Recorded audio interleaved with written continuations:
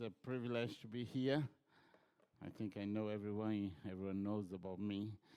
So if you don't understand my BBC English, feel free to ask. BBC stands for Brazilian Broke Conversation. So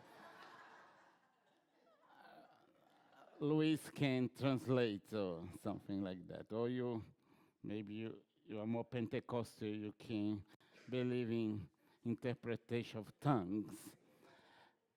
But we're going to talk about gratitude. And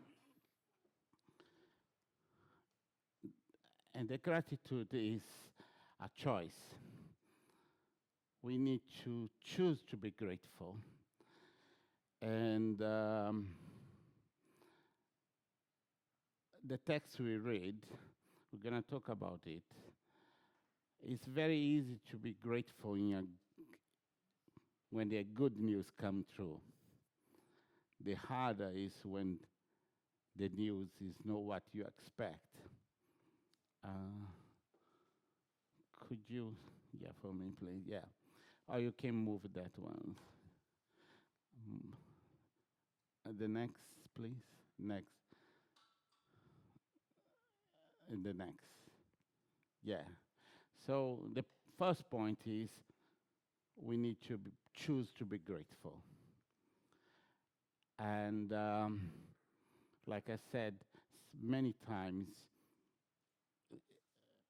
we talk about grateful in good times, but the challenge is when there's a hard time come. Next one, please. And be a person who is grateful, change the way they see the life, and change our relationship. Probably you know, or maybe you live with someone who is not very grateful. And that is very hard best to be around, because always complaining.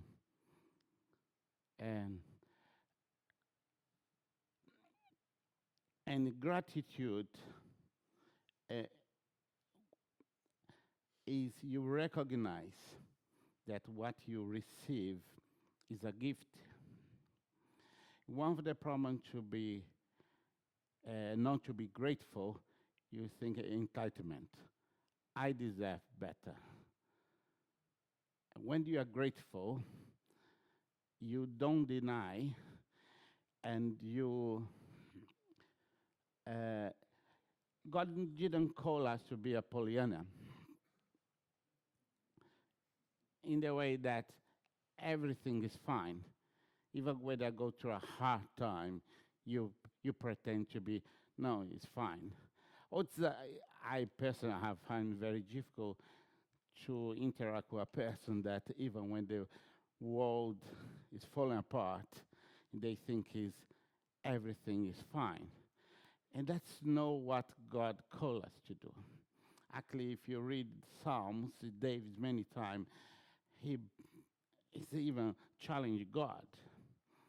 And I was talking to a friend, and I met her in London. She's from Portugal. She has 2 children. Her daughter had a cancer. Is 5 years old. And she comes from a Catholic background, but when she was here, she was a lot flourishing spiritually. And I was talking to her, and I said to her, look, feel free to talk to God, to say what you're feeling. God can cope with that. And so be grateful and don't say everything's fine. But be grateful is recognize and look beyond that. Because even in desperate situation, there will be situation you can see the good thing. So, and could you put another one, please? It's a conscious choice. It's a conscious choice to yesterday, without pretend, I was watch a video. Someone with tetraplegic couldn't move completely, but this lady, very beautiful young lady, was holding the bottle of water. She said, so good to be able to hold and drink water, which we take for granted. There are many things we cannot dimension how hard is that, only when we lose, sometimes for a short period. You can dimension how hard is that. But to be grateful to the small things help us, and to help also to bless others. Because when you are grateful, you know didn't get that because you deserve, but because it's by grace. When it's by grace, it's easier for you to serve. I would say people who normally have a servant heart is those who are grateful. Not those who always complain is those normally tend to only want to receive because they feel entitled.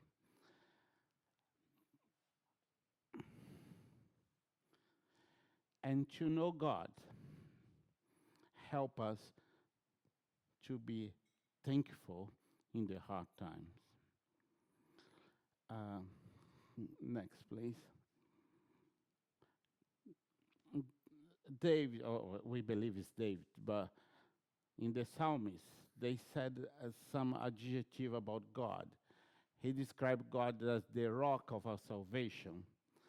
For the Lord is great God, the great King above all goods. The Lord is our maker.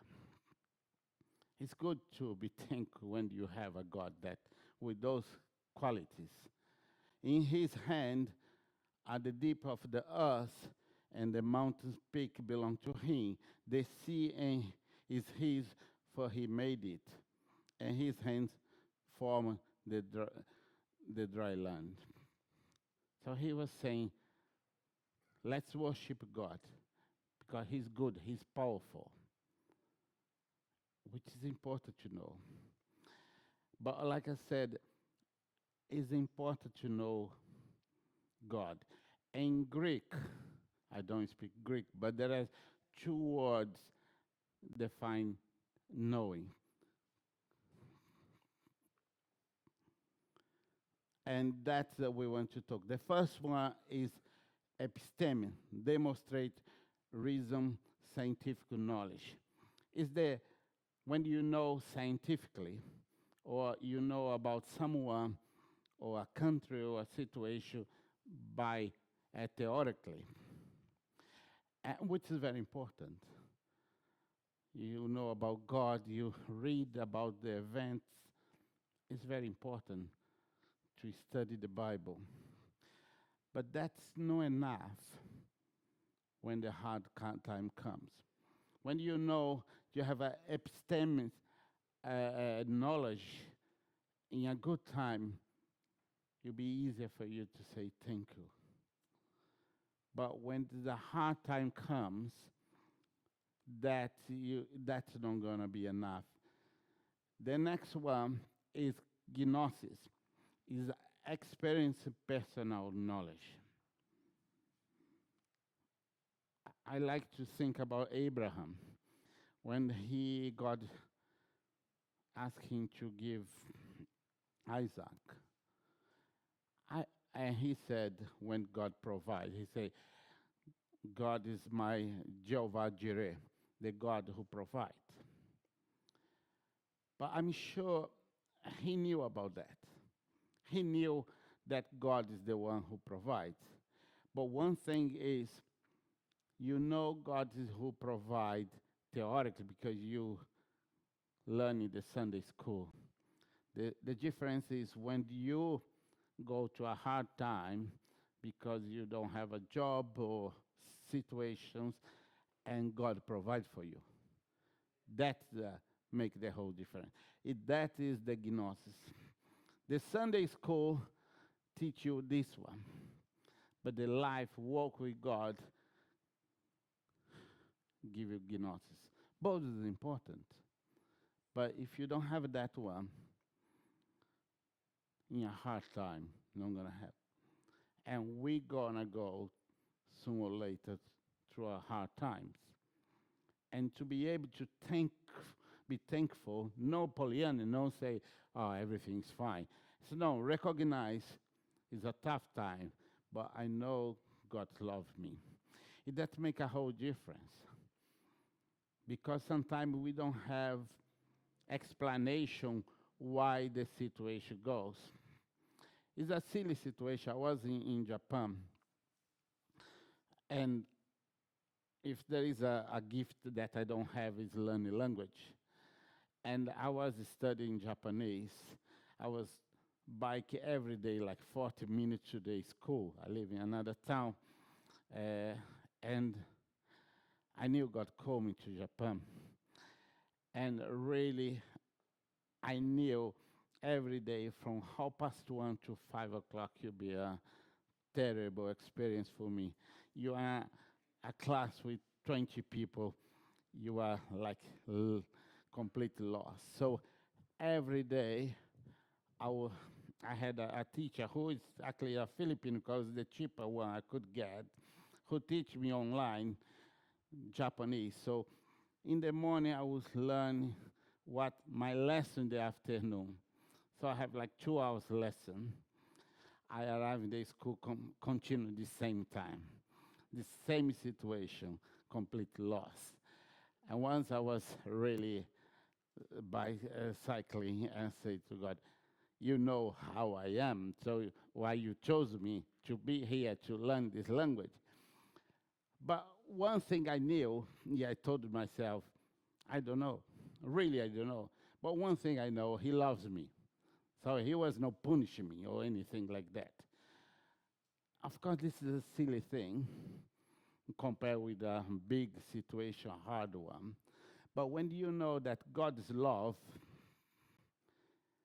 even I don't know what's going on with me, the situation, if through an earthquake or anything, I know He's not punish me. He's love. He loves me. This love is unconditional.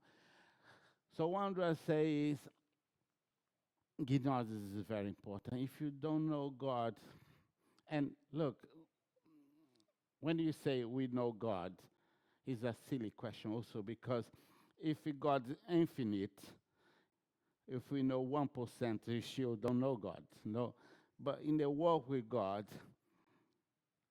He helps us. And my prayer is that we get to know God every day.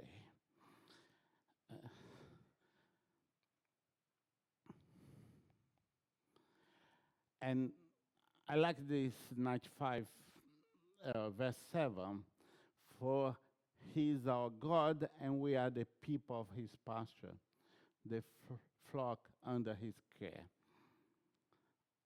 The Bible sometimes is difficult for us to understand because the culture, the context is not our experience.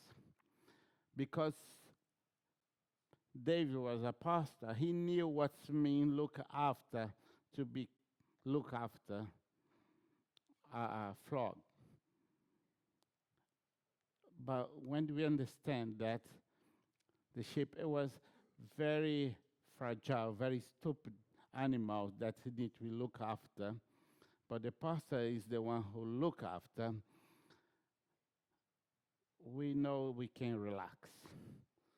Because basically when you are thankful, you know also you don't have a control. When you think you're entitled, you think you play all the card, but it's not like that. We know our condition is very fragile. What today is a good time, tomorrow can be a hard time, change complete our lives. But we know that we are under His care.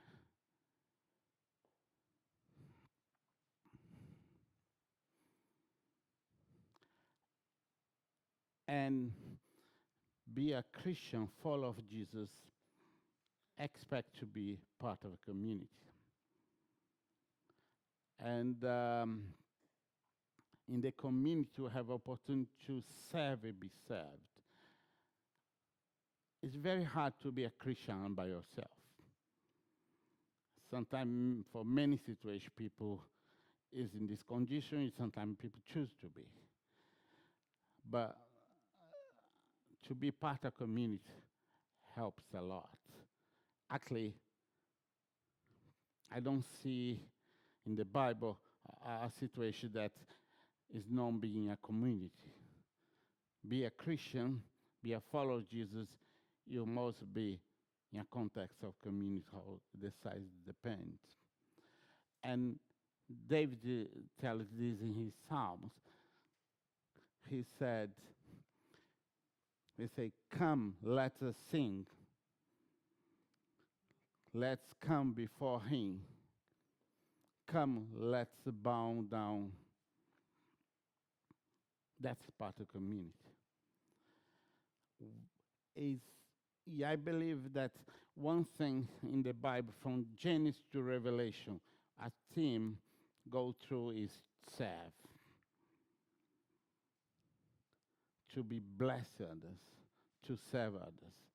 Actually, in the first word that God spoke to human being is written in the Bible, say, be fruitful. To be fruitful is to give, to serve. You don't be fruit for yourself. A fruit, a tree, they will to give. So you could see it all through the life, the Bible. And Jesus said, Paul said, like Jesus said, it's better to give than receive. But do you know why it's better to give than receive? Only think about entitlement. I only have because someone gave to me. So it's blessed to give and receive because you already have. You only can give time because you have it. So this is why it's blessed to give and receive, because you're already being blessed. And that's the key. Is when you serve, it's much easier to understand, be grateful. And he said, verse 8, do not harden your heart as you did at Meribah, as you did that day in Massah in the wilderness, where your ancestors tested me. They tried me, though they had seen what I did. So they tried me, even though they had seen what I did. God carried them through the desert, opened the Red Sea, even though they saw what God did. They still complained. They thought they was entitled to receive only. And when the hard time came, they complained. Those two places, for the 40 years of hunger with this generation, there's two places he will mention is when they came in a situation there is no water. And they complained to Moses when Moses hit to ice the rock. Even though the Moses was very upset with saying, oh, look, you gave me these people always complaining. Because doesn't matter how much miracle God gave to them, they still ungrateful. For 40 years I was angry with this generation.